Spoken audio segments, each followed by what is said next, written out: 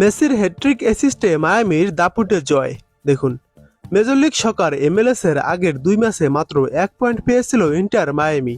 হতাশাকে পেছনে ফেলে লিওনেল মেসির হ্যাট্রিক অ্যাসিস্টে আজ 5 অক্টোবর জয় ফিরেছে ইন্টার মায়ামি। নিউ ইংল্যান্ডের বিপক্ষে জয় 4 গোলের বড় ব্যবধানে। এদিন মায়ামির হয়ে জোড়া গোল করেছে তাদেও আয়ন্দে ও জর্জি আলবা।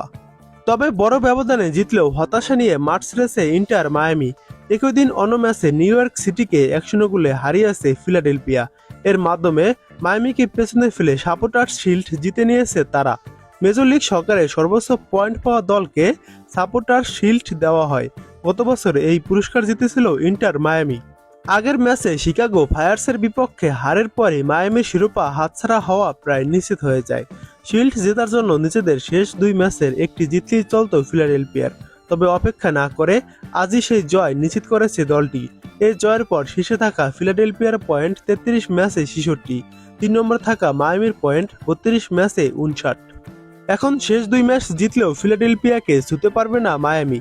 অন্যদিকে 33 ম্যাচে 62 পয়েন্ট নিয়ে 2 নম্বরে আছে সিনসিনাটি। তাদের পক্ষেও ফিলাডেলফিয়াকে ছোঁয়ার সুযোগ নেই। ফলে সাপোর্টার শিল্ড নিজেদের করে নিয়েছে দলটি। এটি ফিলাডেলফিয়ার দ্বিতীয় শিল্ড জয়। এর আগে 2020 সালে শিল্ড জিতেছিল তারা। আজ ঘরের মাঠে চেস স্টেডিয়ামে শুরু থেকেই আক্রমণাত্মক ফুটবল উপহার দেয় মায়ামি। 32 মিনিটে এর ফলও পায় তারা। বক্সের বাইরে থেকে মেসির দারুণ এক পাস ধরে গোল করেন আয়ন্দে।